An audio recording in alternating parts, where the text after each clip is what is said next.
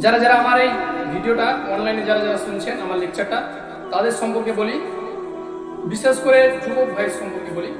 যুবক ভাইদের সম্পর্কে বলতে চাইছি এই জন্য যে যারা বিয়ের পরে পিতামাতাকে আপনারা দূর করে দিতে চাইছেন, পিতামাতার সাথে খারাপ ব্যবহার করছেন, তাদেরকে বলি আপনারা আপনাদের পিতামাতার সাথে ভালো ব্যবহার করবেন।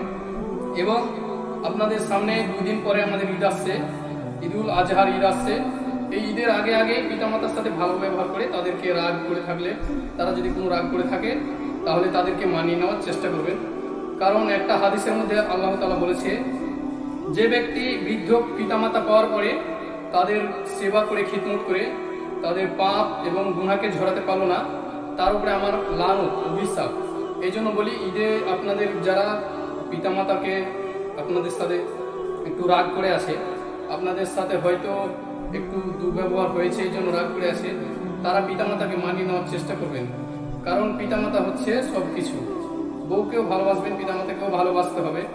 তো আপনারা যদি বউকে পয়সা দেন ঈদের খরচের জন্য, এখন যেহেতু ঈদের খরচে ওটা পয়সা লাগছে, শপিং করে দেওয়া, আরও অনেক কিছু, সেমাই খাওয়া, অনেক কিছু খাওয়া, তো আপনারা আপনাদের পিতামাতাকেও খরচের জন্য পয়সা দিবেন, তাদের সাথে ভালো ব্যবহার করবেন, মাপ সাপ নিয়ে তাদেরকে আপনারা মানিয়ে নেবেন, তাদের যেন দূর হয়ে যায় রাগটা, আপনার উপরে যেটা রাগ থাকে ওটা যেন দূর হয়ে যায়।